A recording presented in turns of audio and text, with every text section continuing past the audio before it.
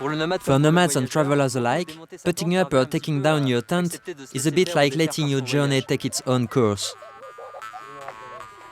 I am in the heart of Central Asia, in Kyrgyzstan. Kazakhstan is to the north, China to the east, Tajikistan to the south, and Uzbekistan to the west. The Silk Road runs right through Kyrgyzstan. I want to follow this road to find the source of the Kyrgyz nomadic soul.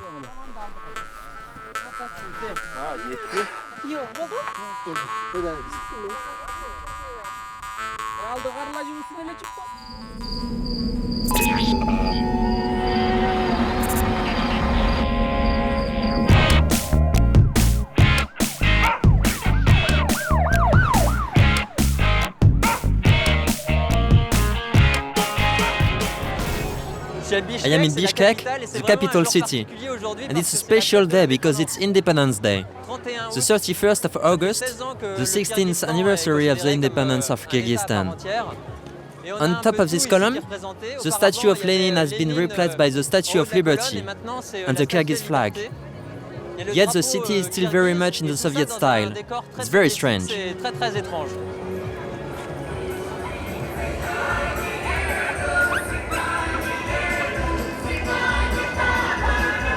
Before arriving here, I thought that communism had destroyed nomadic customs. But today, people are dancing and having fun, celebrating their nomadic identity. But are these Kyrgyz traditions genuine or mere folklore? Isn't the nomadic life, like everywhere else on the planet, slowly changing into a sedentary life? Iladbou, a French teacher, comes up to me in the crowd, and I ask her a few questions. How can you still have a nomadic lifestyle in a country where everyone has settled down? Year after year, things change, and so do the people. The city is getting more civilized, but in the mountains today, you can still find shepherds. They live in their yurts and watch over their herds. Where are the shepherds? Everywhere outside the city? In the mountains, in the high pastures. What about you? Were your parents and grandparents nomads? Yes, they used to be nomads. And then during the Soviet period, people came to live in cities. They started to build houses in concrete, houses with foundations. But even then, there was always a nomadic life. And how did it survive? It's our tradition. I don't think we'll ever lose that. Thank you.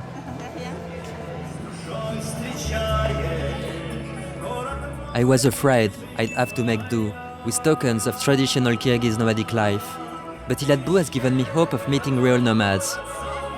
Before I traveled to the Celestial Mountains, she advised me to learn how to ride a horse. Horse riding is central to Kyrgyz culture. She put me in touch with Rash, a horse breeder who teaches tourists to ride and lives further to the east. I'm heading toward Bokombayeva, on the shore of Lake Isikul. It's not easy to find your way around here. Everything's written in Cyrillic. Bokombayeva? Чонко? Combien? How much? Сколько? 300.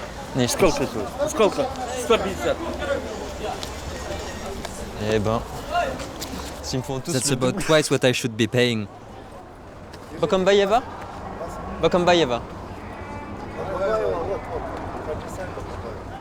Ah, come on, I've just been there. Salam alaikum. Bokombayeva? Bokombay. How much? Combien? Pronto. 250.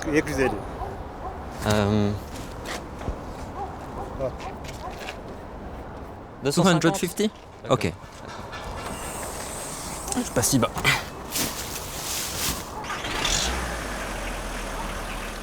That's it, I'm on my way.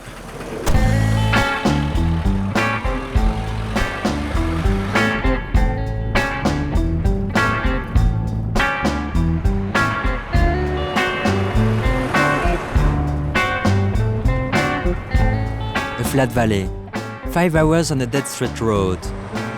We reach Bokombayeva and Barksun on Lake Isikul, 800 meters above sea level. At the end of the road, I'm going to try my luck with those horses I'm scared of.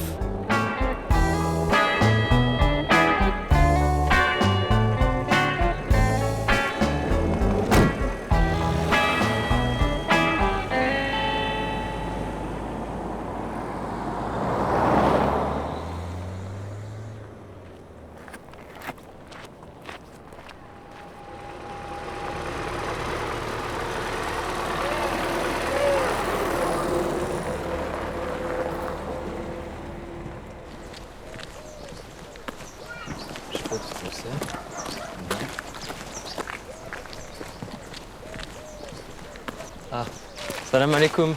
Rash? Rash. Where? Here? Là? Over there? Rash?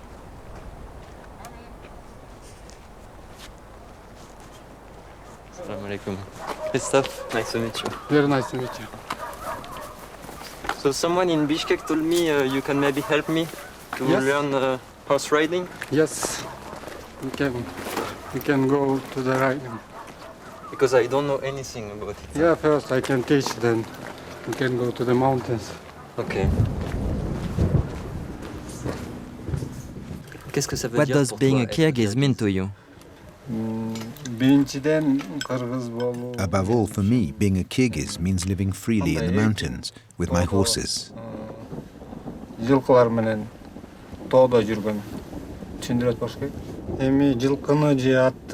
The horse has always been central to our way of life. Thanks to our horses, we can cross mountain passes and watch over our herd.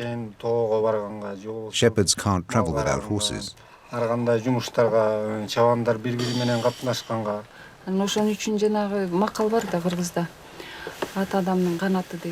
a Kyrgyz proverb that says that horses are the wings of the Kyrgyz people. The Kyrgyz ride their horses every day for all sorts of purposes. That's probably where the saying comes from.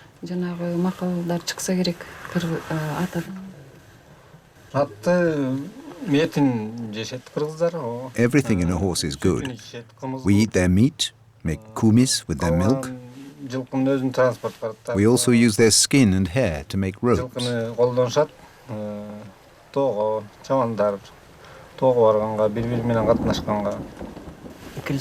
What are the symbols of the Kyrgyz people? You have the horse and the yurt. What else sums up the Kyrgyz? Horses, yurts, but also the mountains.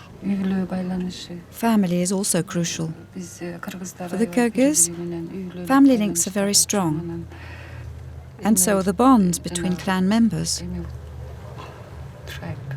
Maybe it's a classic Westerner's fantasy, but coming to Kyrgyzstan, I expected to meet people who hunt with eagles and hawks. Does that still exist? Yes, some people still hunt that way. My father used to capture eagles and hawks and train them. That's been a tradition in my family for 7 generations.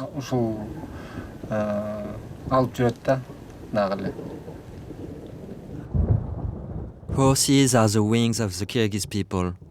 That night, in the yurt reserved for guests, I counted horses to get to sleep.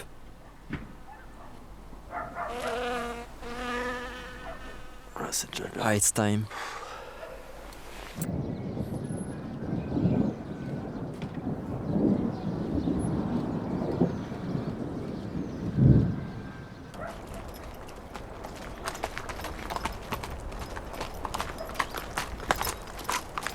Do we go far from here? You see the mountains?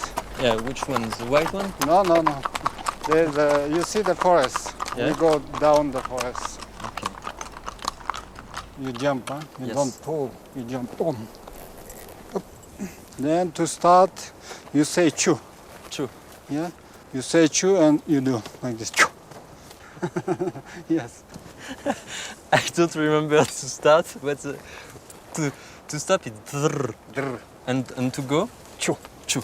Yeah. It's Kyrgyz? Yeah, it's good. It's good. Drr. Okay. Okay, good. Je suis très fier. You've made it. Tranquille. Oh. Easy now. Et I guess we can go and find the horses now. Oh, let's go. Allez. Oui, regarde pas. Why you want to go straight? Okay, we go fast. Hey! Hey! Wow! Hey! Oh!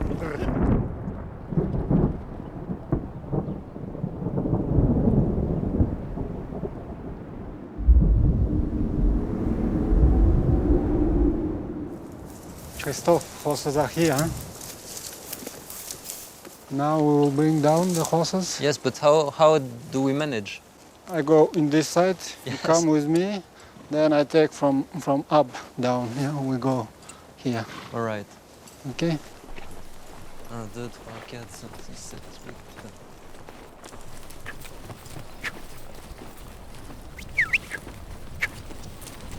8. So we will go faster Yeah. down? Not too Yes. fast, huh? Yes, yes. En fait, j'ai I really super hate horreur riding des descentes. downhill.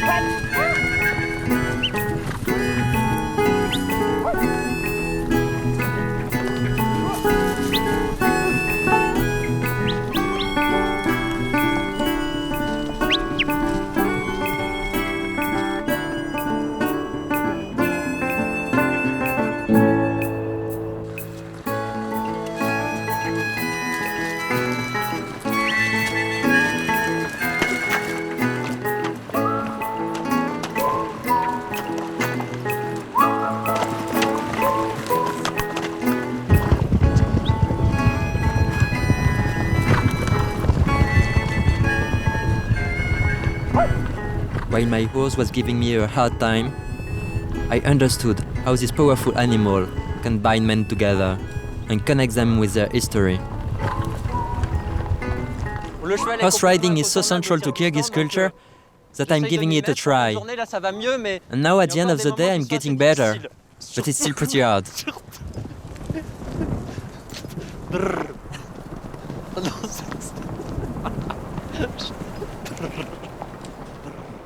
Rash, au revoir. Merci Rash. Goodbye, Rash. Au revoir. Thank you.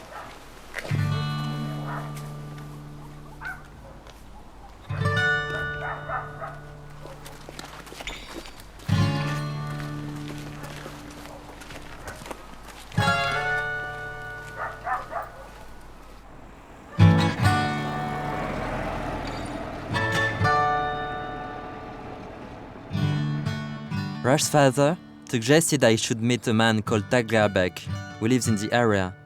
He's one of the last Kyrgyz who still hunts with eagles.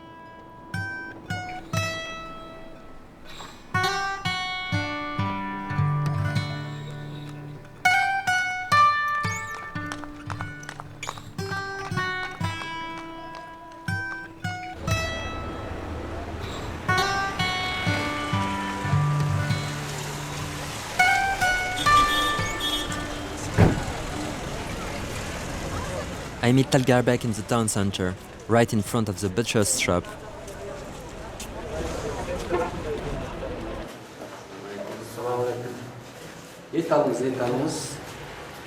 Onda etler olsan etler. Sup et. Tart koymuş.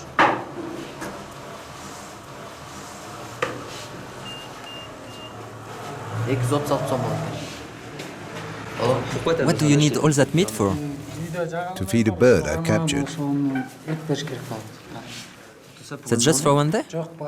No, I'll cut it into pieces. It'll last a few days.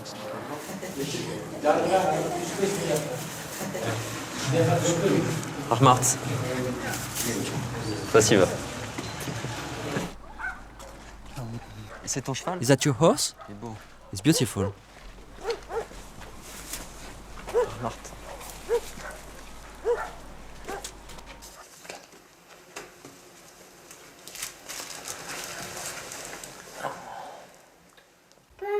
Ça c'est quoi comme oiseau? What kind of a bird is that?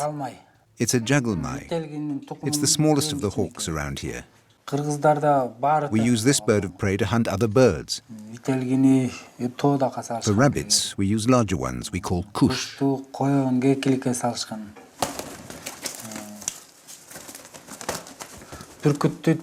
With eagles, we hunt foxes. This one fell from its nest yesterday, probably because of the storm.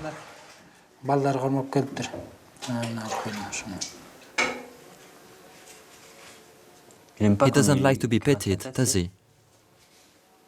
He hasn't been tamed yet. D'accord.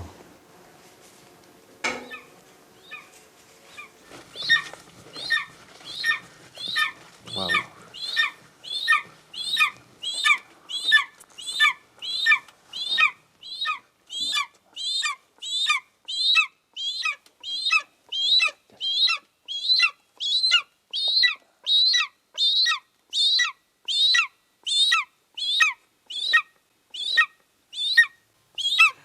Look at the stallions. How long have you had this bird? Just over 4 years. How much does it weigh? 6 kilos.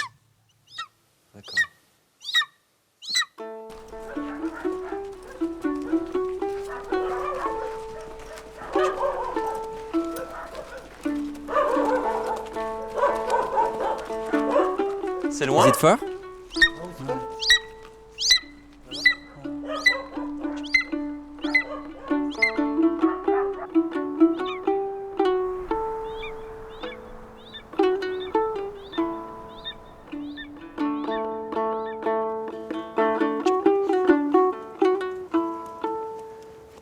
Will he start to hunt as soon as you remove the hood?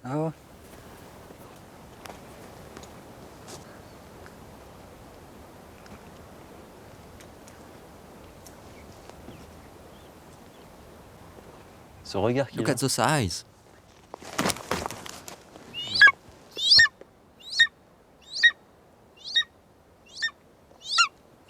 Has he seen something? A rabbit. There's a rabbit?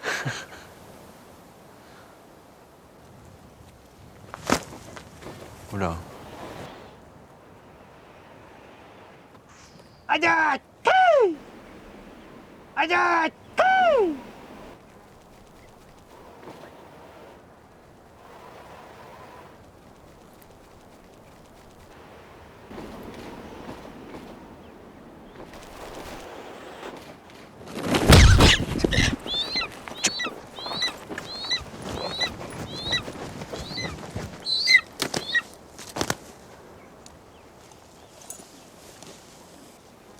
I certainly wouldn't want to be a rabbit.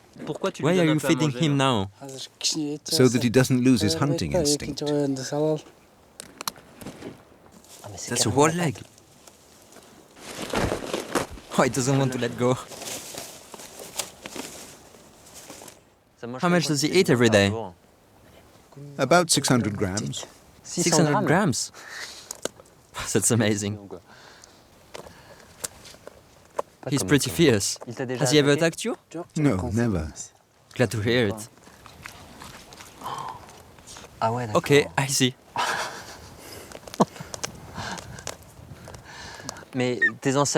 Why did your ancestors start hunting this way? For glory, to protect the herd, or just for sport? It's a tradition that goes back to the 16th century. There was a period of cold and famine. To feed themselves, our ancestors started hunting with birds of prey, and the technique was passed down from one generation to another. In my case, it was my grandfather who taught me. How many people still hunt this way in Kyrgyzstan? I think we must be about a dozen in the whole country.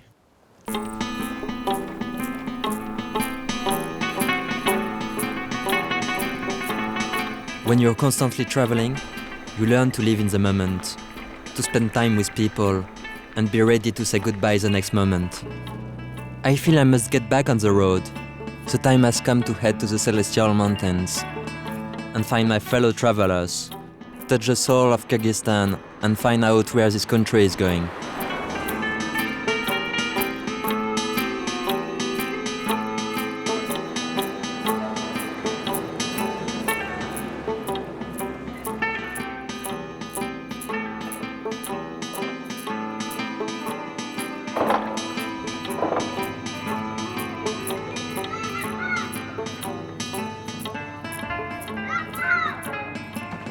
I am in Saribulak, a stop on the Silk Road, or what used to be the Silk Road.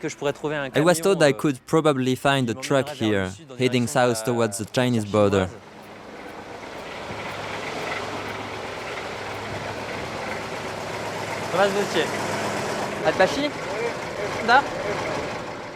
The other side?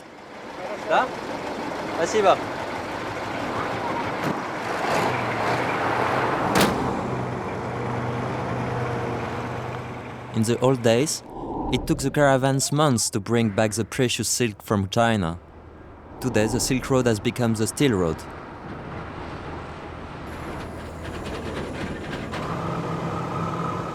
How many kilometers to the Chinese border? About 300.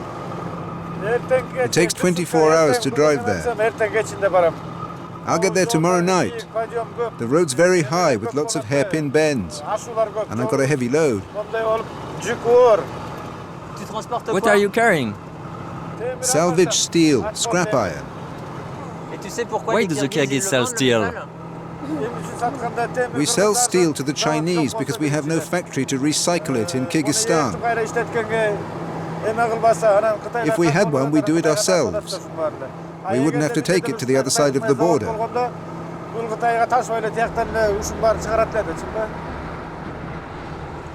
Is this the only road to China? This is the only road in this region. There's another one at Osh. That's way down in the southwest.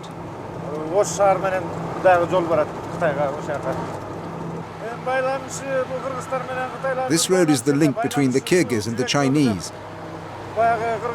This is the ancient Silk Road. Thanks to this road, we've always managed to maintain trade with the Chinese.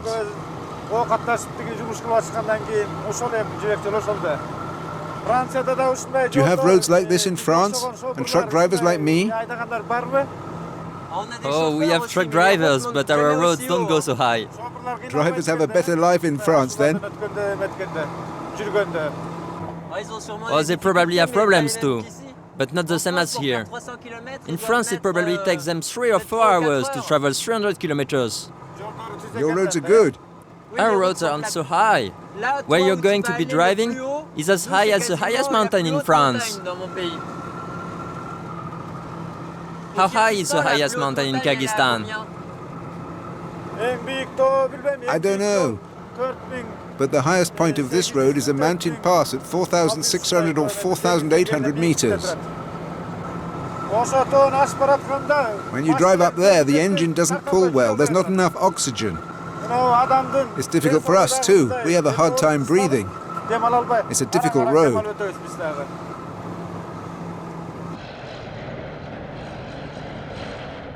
Brand new, powerful Chinese trucks overtake us with ease. Since the country was opened up, distances are no longer measured by days on horseback. 2 different worlds.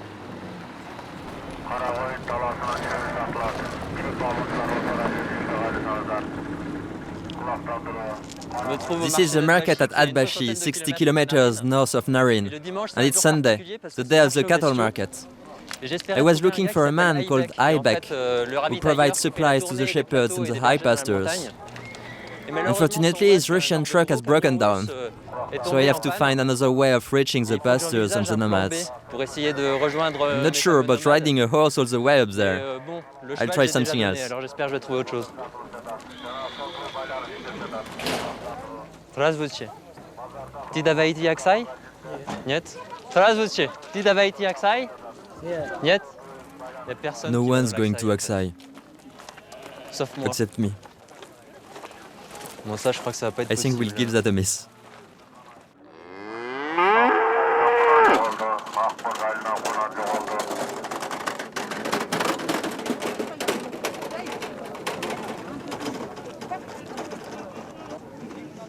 I'm stuck here. What a drag. Excuse me, are you trying to go to the Aksai Valley? Yes, I was supposed to meet Aibek, but I can't find him. I don't know how to get there. You can come with us. There's room in the car. Okay, I'll come with you. Thanks a lot. Ciao, Rahmat.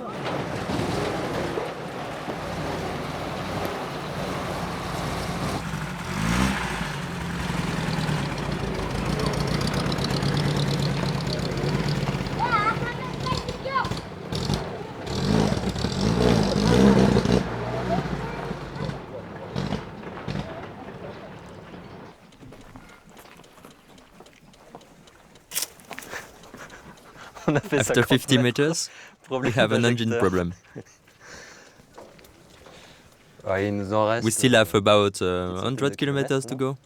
It was supposed to take 7 hours, but I think it's gonna take a lot longer.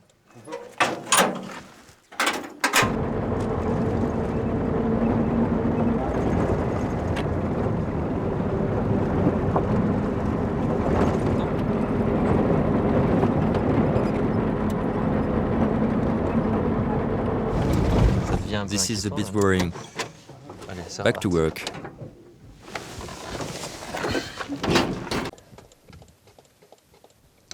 I can understand why it takes 150 liters to go 100 kilometers.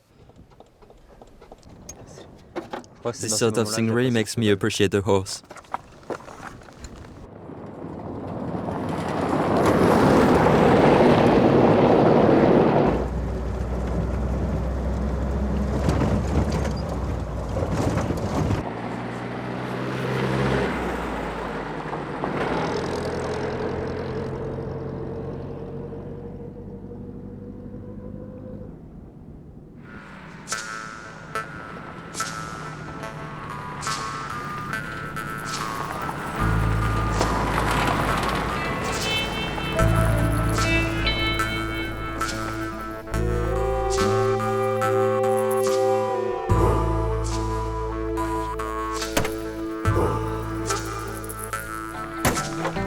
This really is a crazy place. We're right in the middle of nowhere, and you have to imagine there was once a hospital, a hotel here. During the Soviet times, this was what they called the cultural center. There are only 4 families living here now. This place is really intriguing. I can't imagine living here.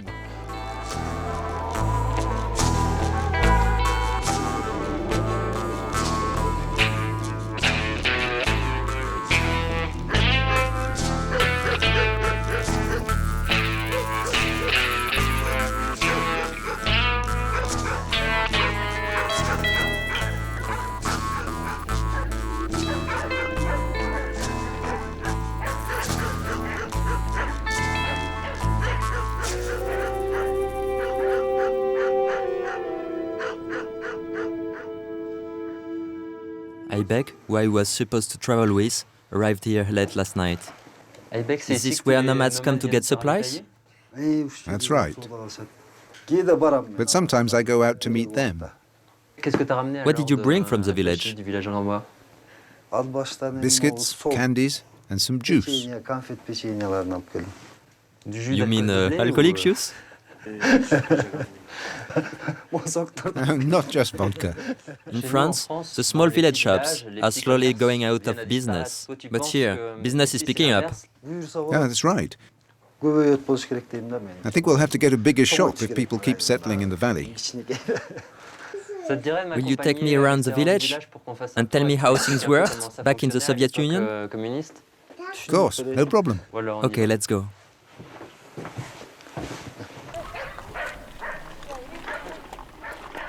Where are they coming from? They're shepherds from round here. They come here to turn their wool into felt.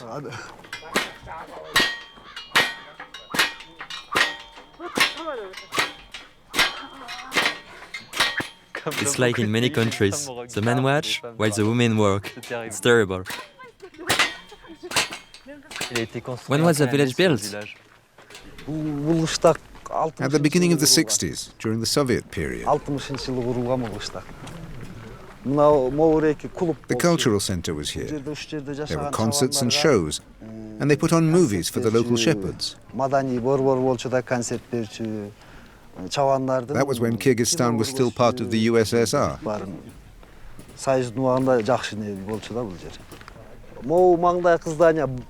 The sauna was there, and next to it are the remains of the hospital. If this was all meant for the shepherds, must have been quite something. Who does this belong to now? To the state? For the time being, it still belongs to the state. We'd like to buy it, but we can't do that yet. How many families still live here? 9 in total. There must be a lot of disputes in the village. 9 families living together, I guess they don't always get along. We have our moments. We won't go into details, right? Stay with us for a year and you'll find out. I think I'll have to decline.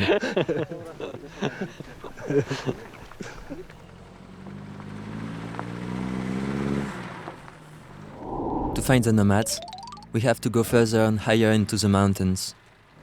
The highest point of the Aksai Valley is at 3,500 meters. And this morning, my heart is beating faster. Not because of the altitude, but because I'm finally going to meet the nomads of Central Asia.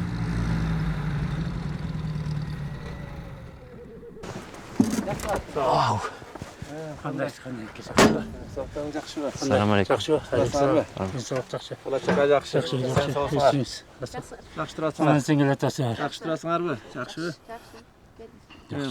You have a surprise guest. You're welcome.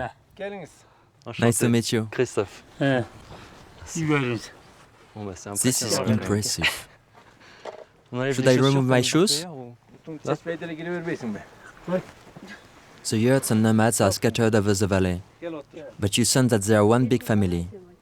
They welcome me with such hospitality that I nearly feel I belong here. You're not too tired. I feel like I've been traveling for ages. It's a long way. You don't have altitude sickness? This is high. I feel it at night. When I sleep above 3,500 meters, I tend to have weird dreams.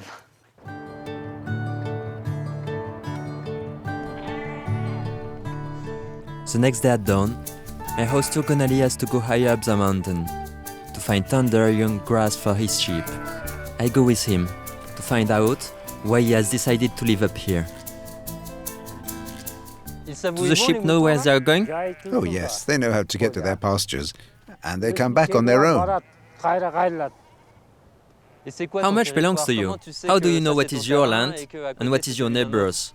We have agreements between neighbors to share the land. We use the mountains as landmarks. Why do you have to go so far? We left early this morning. How far are we going? The more the sheep graze and the more they roam, the better the meat. That's why we get up so early in the morning and come back late at night. When our sheep get fat, we're happy and we smile. Of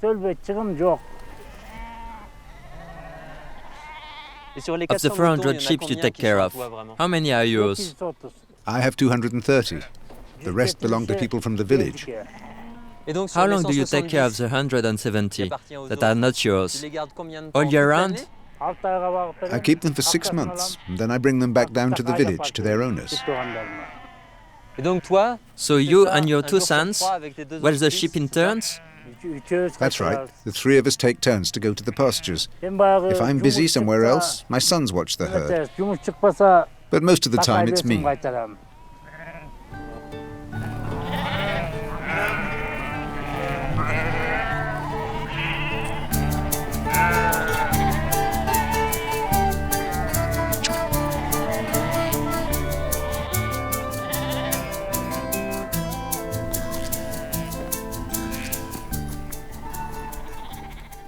What's this? Is it kumis? Kumis is fermented mare's milk. Thank you. And it tastes a bit like soda and milk. It's very weird. And this one is pretty strong.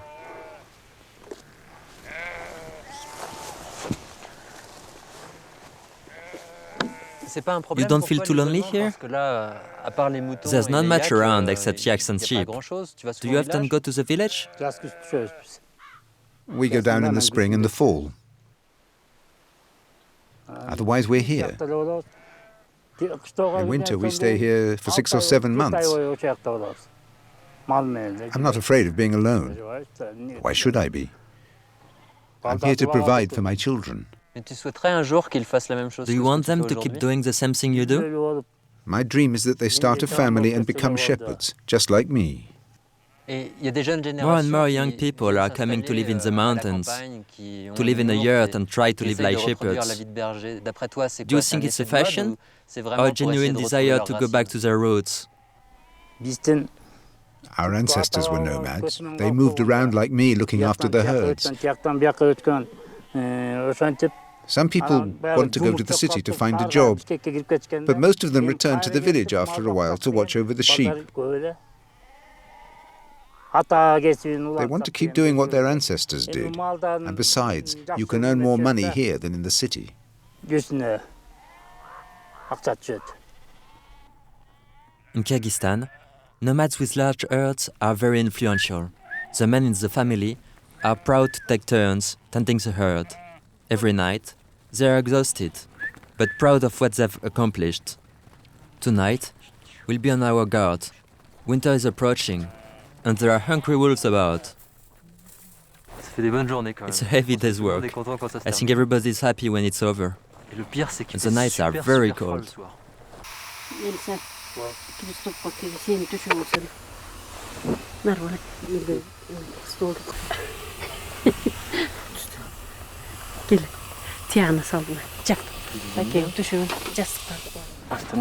We're gonna keep warm.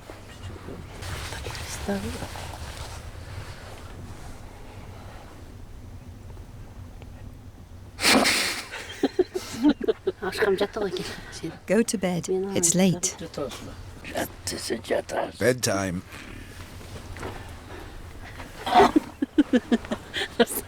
Go on, say good night. Good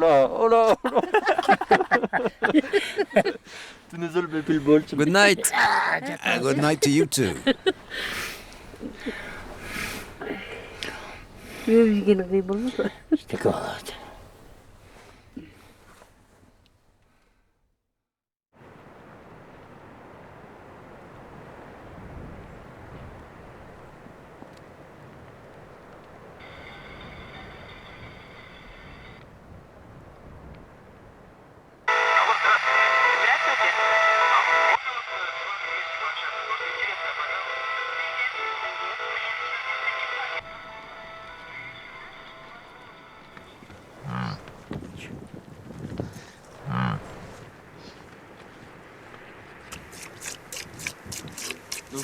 You let it suck a bit, then you milk the mother? Yes. The calf softens the udders. How many liters does she give? 2.5, 3 at the most. Not much.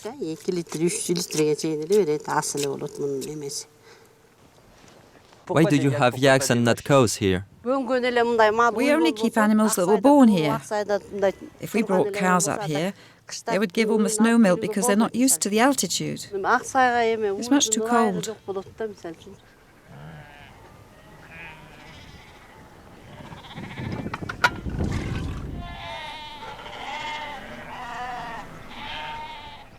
Dairy products are staple foods here in Kyrgyzstan. All through the day, people eat butter, cream, or cheese balls.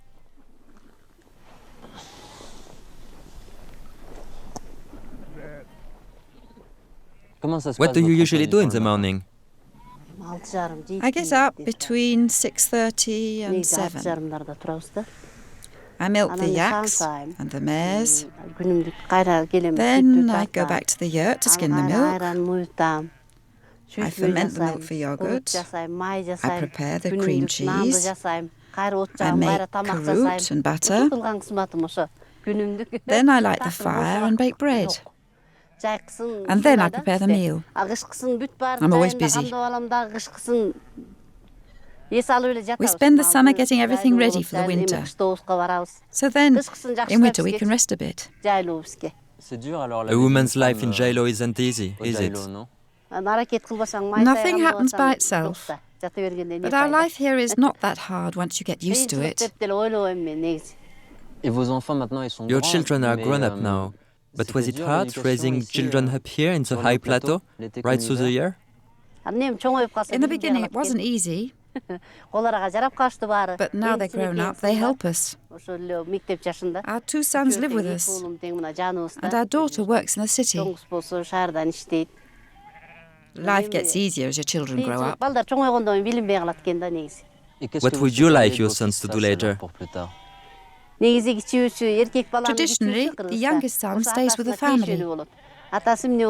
He's close to his father, and his destiny is to be here. You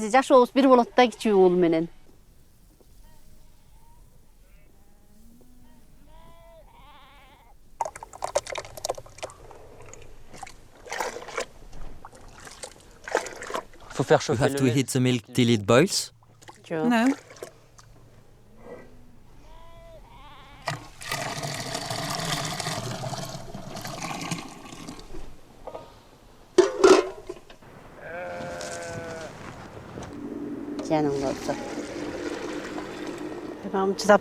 You have to be patient if you want good cream.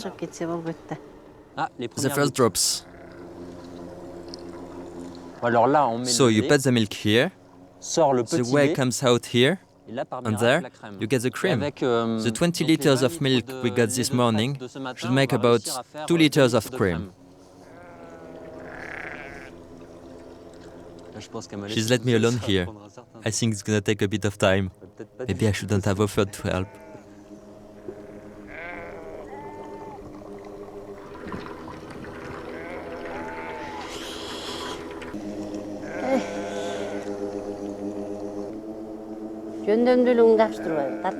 You're doing great. The toughest part is to keep up the same speed.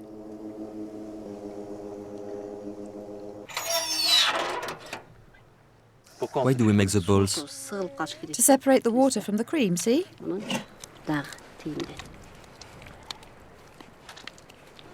It's not that easy. You've been a great help today. And you've done it very well. That's very kind of you. I tried my best.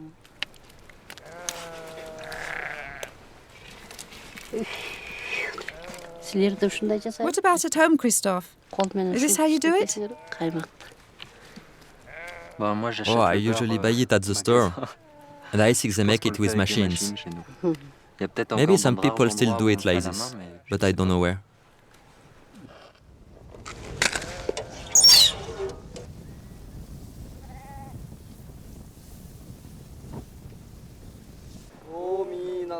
The shepherds from all over the valley get together once a week. They sing about the history of their people and share their news. If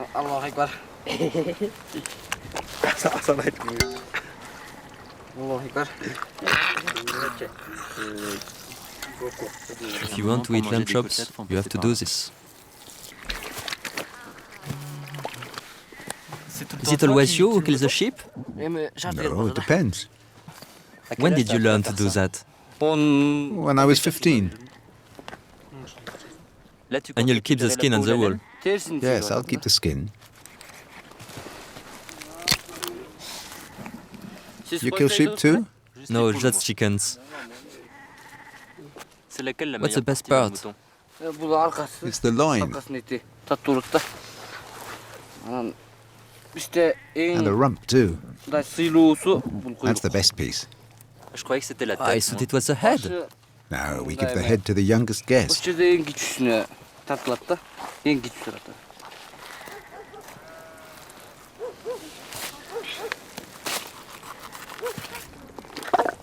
Okay.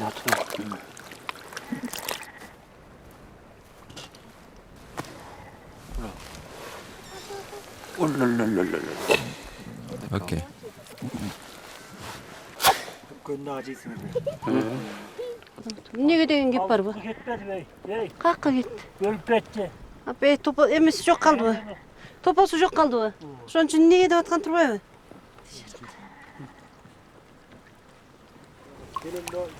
Baş öyle.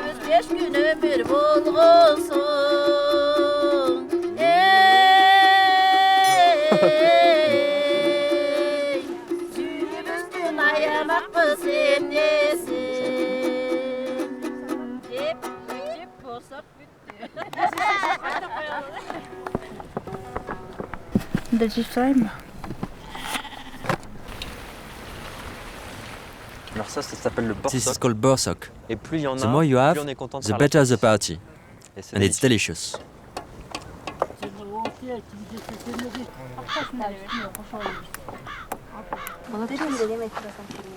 Now they are going to make sausages with onions and spices. They will roll everything together and then they put it in here. They've made a plate of guts, they boil it for a while and it tastes really good. It doesn't look too good, but what do you call it?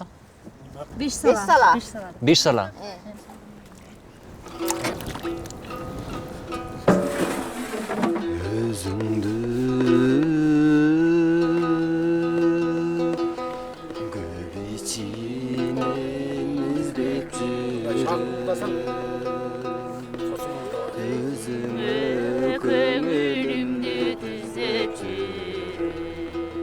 Listening to the kumus, this traditional three-stringed instrument, I'm reminded how important your roots are.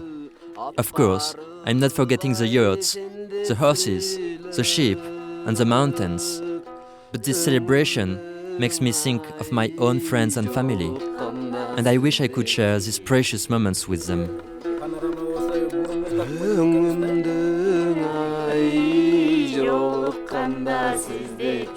I came to Kyrgyzstan thinking the nomadic way of life was an ideal of the past, wiped out by the communists. But in fact, the Soviet system kept the tradition alive by making Kyrgyzstan provide the whole of Russia with mutton. After independence, the Kyrgyz suffered terribly in the market economy. Unemployment increased in the cities. And now, they have to find new ways to manage. Recently, people have started going back to live in the valleys.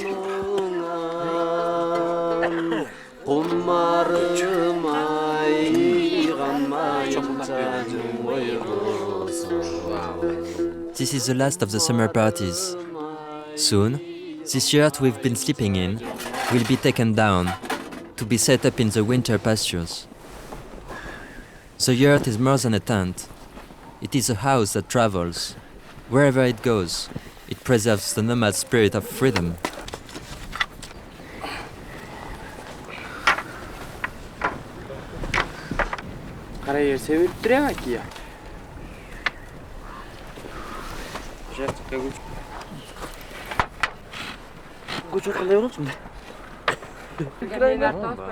That's quite a load.